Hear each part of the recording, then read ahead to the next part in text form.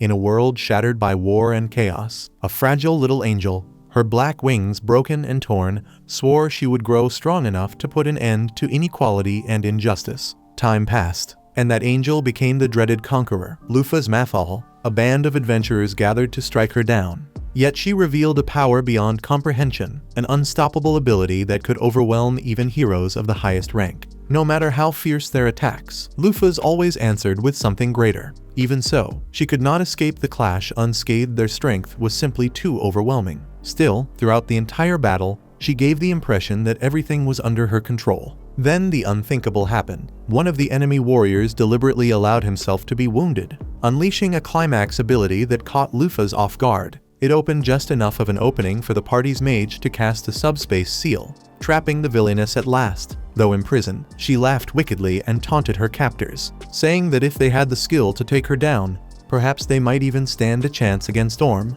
the Demon King. Back in front of his computer, a boy scratched his head in defeat. He had lost the fight in Xgate Online, and Lufa's had fallen, but at least he could say she fought until the very end. Suddenly, on his screen, appeared Alovenus, the goddess of creation, the very deity who had shaped the world of Xgate. She asked if he would like to take on a new role within that world. To him, it felt monumental, a personal message from the developers. After all, his character, Lufa's Mafahal, had become as iconic as the Demon King himself. Naturally, the boy accepted. In an instant, he was pulled into Xgate Online, not as an avatar this time, but in flesh and blood. A group of warriors and adventurers, following their king, had just broken the seal of the black-winged conqueror, and they stared in awe at the figure that appeared before them. Touching his new body, the player froze as he realized the truth beneath his clothing was a rather generous chest. Somehow, he had been reborn as his own character. When he first created Lufa's, his reasoning had been simple.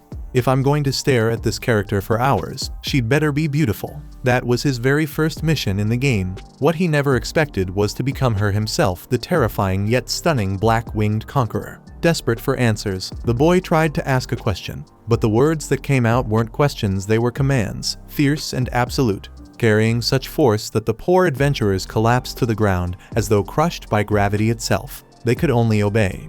Realizing that his racial ability intimidation must have activated, Lufa's forced herself to rein it back. The moment she did, an elf among the group grew pale.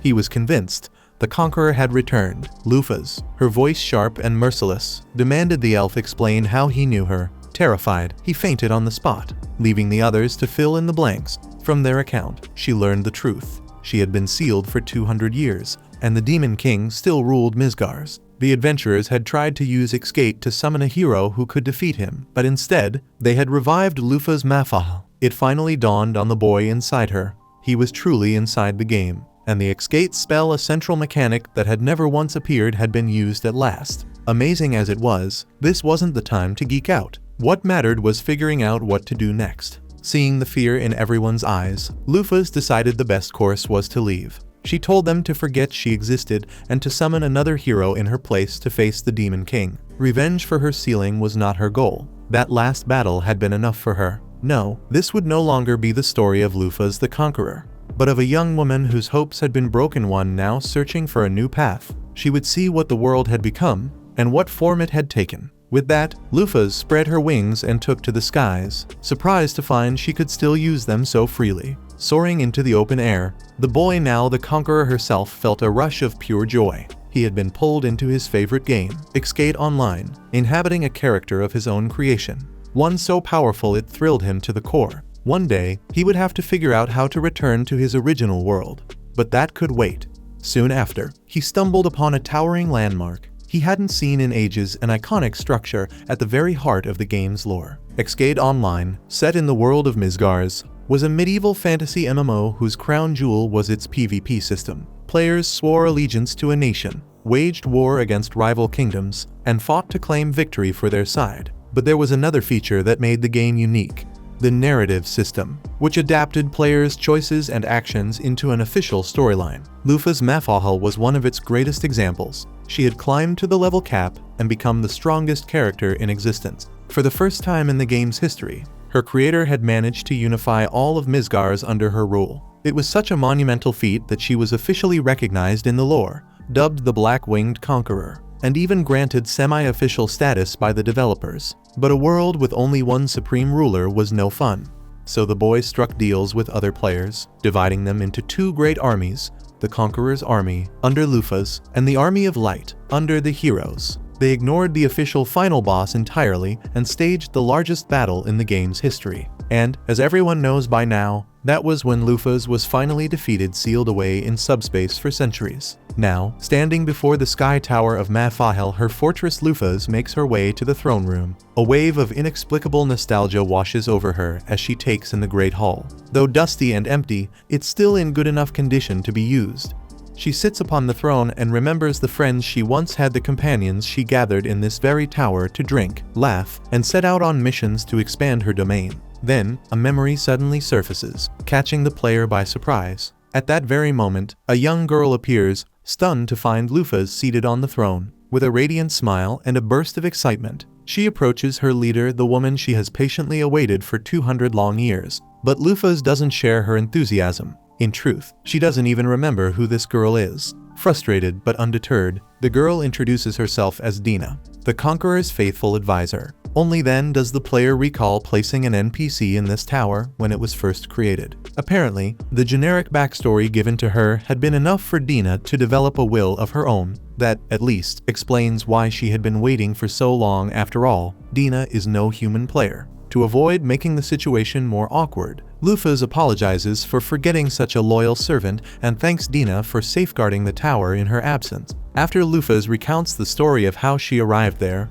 Dina speculates that the ones responsible for freeing her master must have been from the western nation of Levitane, since they had been preparing a hero summoning ritual for quite some time. Curious, Lufa's asks what has happened since her departure. Dina explains that the despised heroes who once defeated her became known as the Seven Heroes, each founding their own nation. 2 centuries have passed, 4 of them are now dead, leaving only 3 races with longer lifespans. The Demon King still lives, as do the 12 celestial stars of conquest, the rare and powerful NPC beasts Lufa's herself had designed to serve her in war. Back then, she believed a ruler should always be surrounded by formidable subordinates, like 4 generals or something of the sort, so she created them. Dina knows the whereabouts of 6 of these creatures, and reveals that 2 have joined the Demon King to avenge Lufa's death. Though they fight in her name, their master disapproves of the path they've taken and vows to deliver them a harsh reprimand.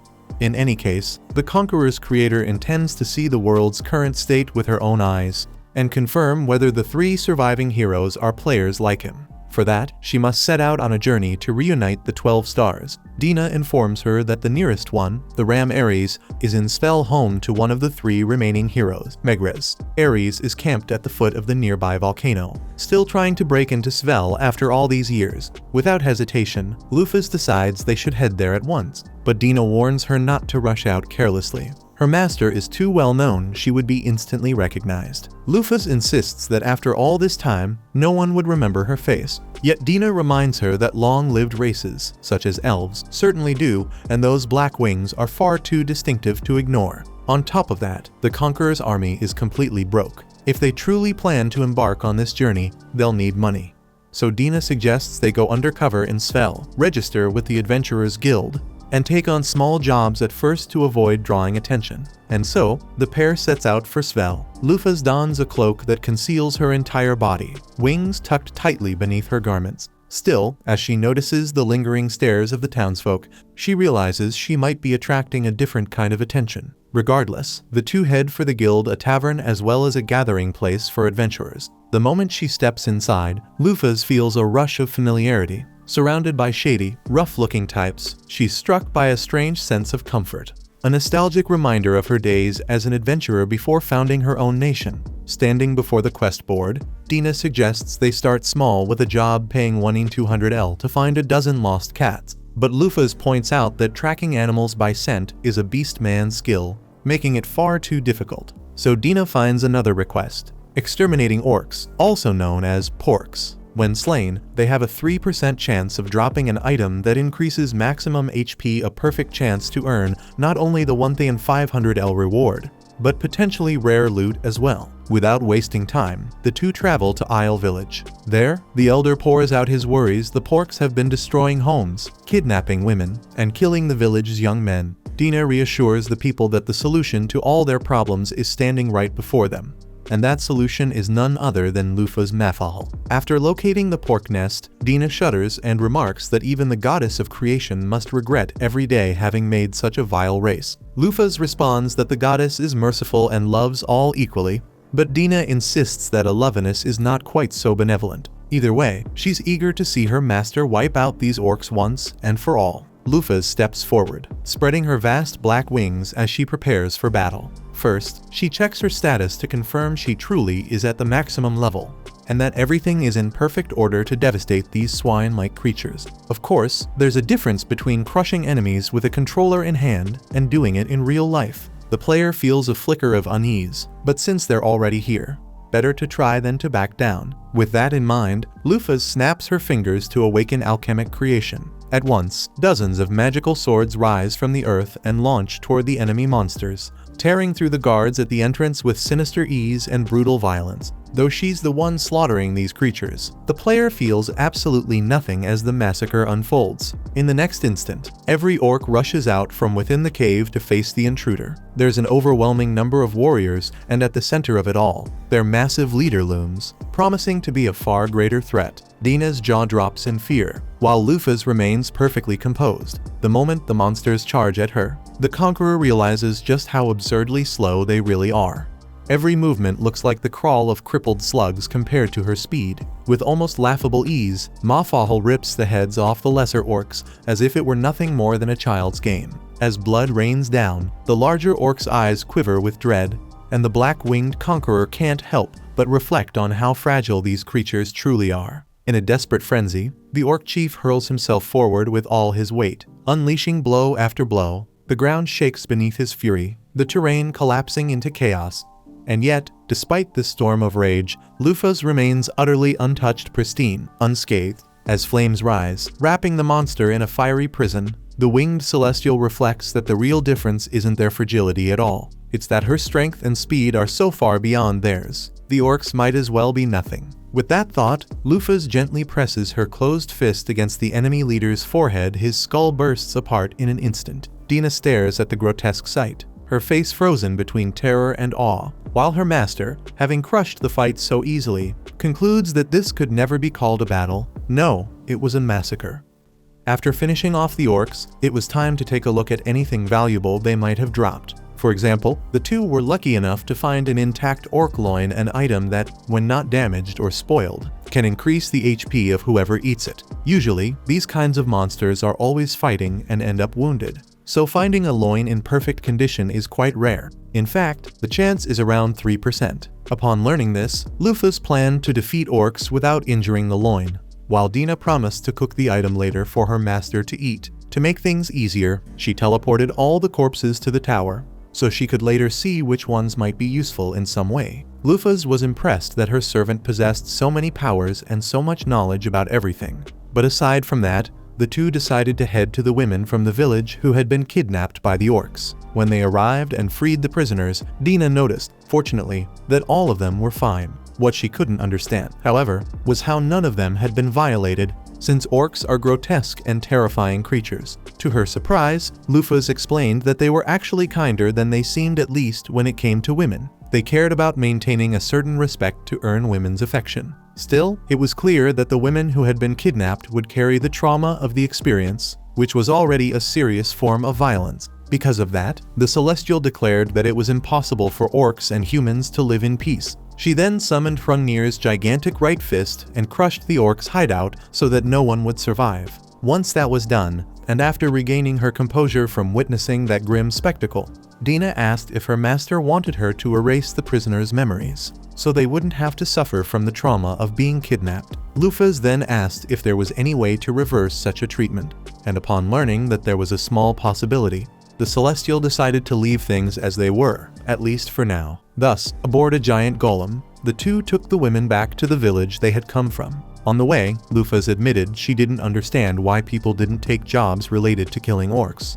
since it was the easiest thing in the world and, besides, those monsters could drop good loot, like the loin they had found. Dina explained that things had changed a lot over the past 200 years. Nowadays, people were much weaker than they used to be back when the feared Lufas Mafahel ruled. For instance, among the warriors of that kingdom, Levitine, the one the Celestial had met after being freed from her seal, was the strongest of them, and yet only level 120, even though their nation was called the Kingdom of Swords. Lufas was astonished by that, since surpassing level 100 in her time had been relatively simple. According to Dina, society had changed its mindset. After all, you only live once. To reach an absurdly high level, people would have to train day after day, until the end of their lives, doing nothing but train, just to maybe reach that point. Because of that, people preferred to live more normal lives. In that sense, Lufas could understand why people thought that way after all. This was no longer a game. With that in mind, the player lifted his head toward the sky and reflected on what his servant had said,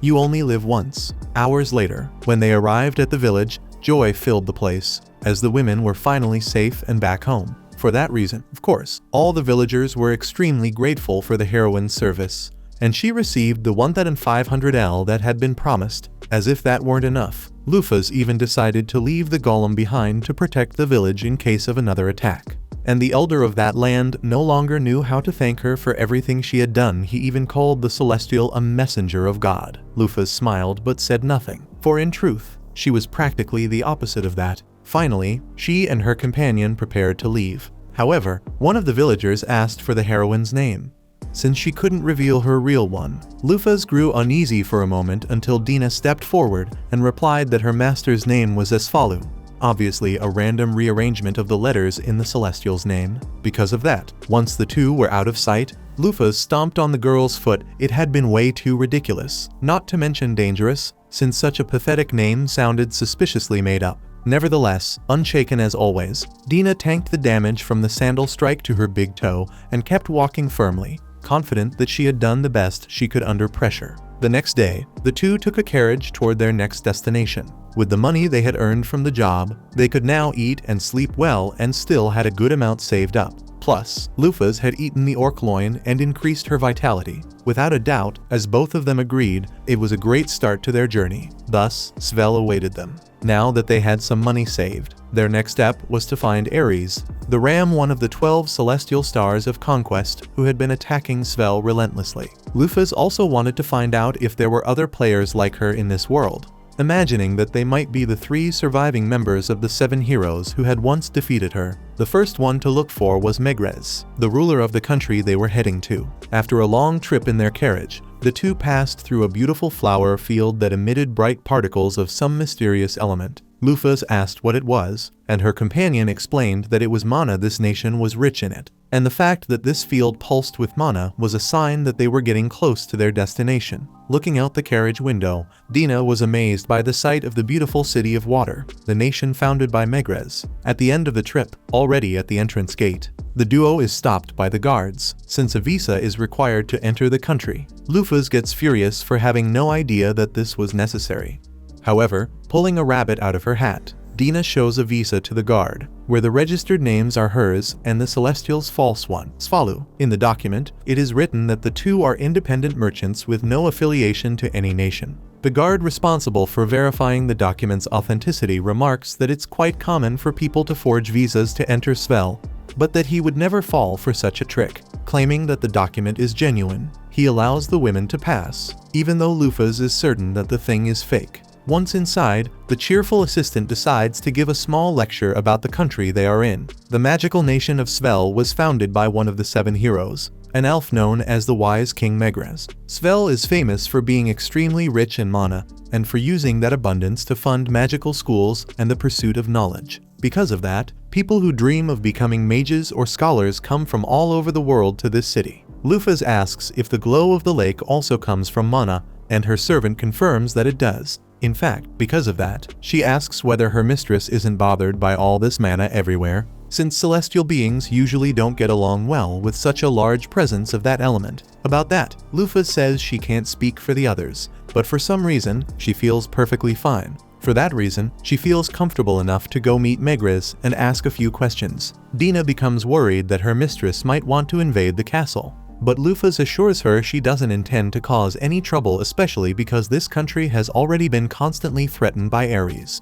In truth, the Celestial wants to settle this peacefully, and for that, she needs to visit the city's library to find in the history books what has happened in this world over the last 200 years. Lufas asks a man if he knows where the library is, and he replies that they are all located in the eastern area, introducing himself as Gantz, a mercenary who guards the city's coast. The man promises to take the women there. Dina says her name and introduces the suspicious person beside her, with her face covered, as follow. Because of that slip-up, Dina gets her foot stepped on again. Gantz notes that the woman is wearing rather peculiar clothing, but assumes she must have her reasons, so he leaves the matter alone to the luck of the two foreigners. As they walk to their destination, Dina comments on how lively and cozy the city feels, which the mercenary fully agrees with, though he laments that, unfortunately, the ram Ares has been attacking from time to time, causing visitors and newcomers to avoid Svel. Even so, he assures them that this place will stand strong, since the entire lake surrounding the country is actually a water golem created through alchemy by King Megrez. Lufas analyzes the golem's stats and discovers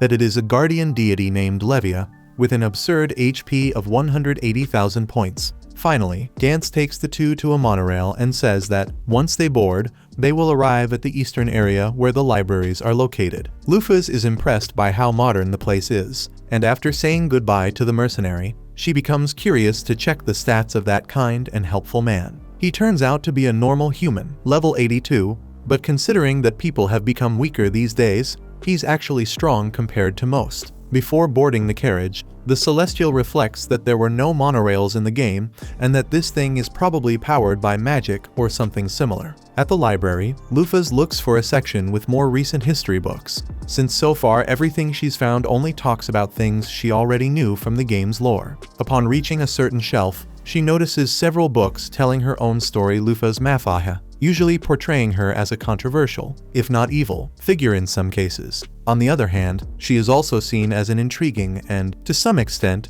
admired personality. Not only that, but she can't understand how Megrez allows people to write so many books questioning the 7 heroes themselves, since many texts there even treat those heroes as possible threats. Dina explains that Megrez is not a tyrannical ruler, so it's not as if the people who write certain things end up on the gallows. Speaking of that, Dina assures her that even Mafahal is not as badly regarded as she thinks, because even though there are many books that describe Lufas as an evil entity, Dina believes that the fear people feel tends to fade over time. Today, many believe that humanity wouldn't need to fear the demons if Mafahal were the world's ruler again, especially because the Celestial was never a tyrant. Speaking of that, after choosing one of the books that talked about her, Lufas Mafahal is described as a celestial who suddenly appeared 200 years ago and unified the entire world in the blink of an eye. The reason why she wanted to conquer the world remains unknown. But interestingly, she never imposed a dictatorship on her subjects. On the contrary, Mafahal expelled tyrants, purged the people's enemies, and saved the nations of the world. Even so,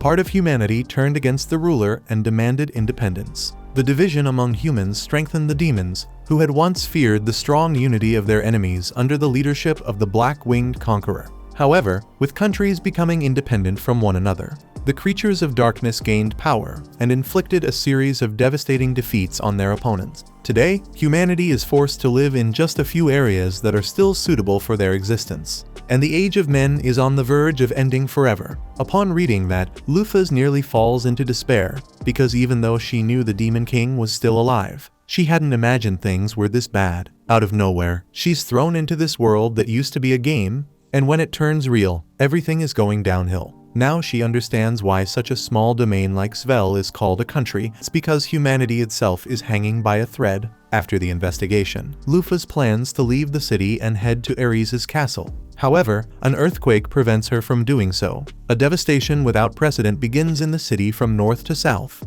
The intense vibration could be felt, seriously damaging several houses and buildings and putting people's lives at risk. Immediately after the tremors stop, the city's sound system orders all mercenaries to go at once to the nation's border. Lufas knows that Ares possesses an earthquake ability, and considering that this city usually doesn't suffer from such calamities, she is certain that the ram is the cause of this tragedy. Just like Megri's and Lufa's, Dina also knows that Ares is coming after all. An intense fluctuation of mana is coming from a direction clearly affected by him. To reach that place quickly, Lufa's uses her alchemy ability to create a bird using the city's broken stones so she can travel through the skies. Dina nearly loses it out of fear, but her master lets the poor girl hold on to her so she won't be scared. On the way, the black-winged Overlord can't understand how Ares could be acting this way, since he is a rainbow ram, a being that hates conflict and prefers peace. For him to be invading Svel repeatedly, it might be because Lufa's was defeated by the 7 heroes, and this is his way of seeking revenge. Speaking of the ram, the celestial being is suddenly struck by a vision in her mind, a memory of the animal as a young lamb. Meanwhile, marching towards Svel, a horde of monsters is being led by a creature consumed by hatred. Check out these videos appearing on your screen and subscribe so you don't miss the next part.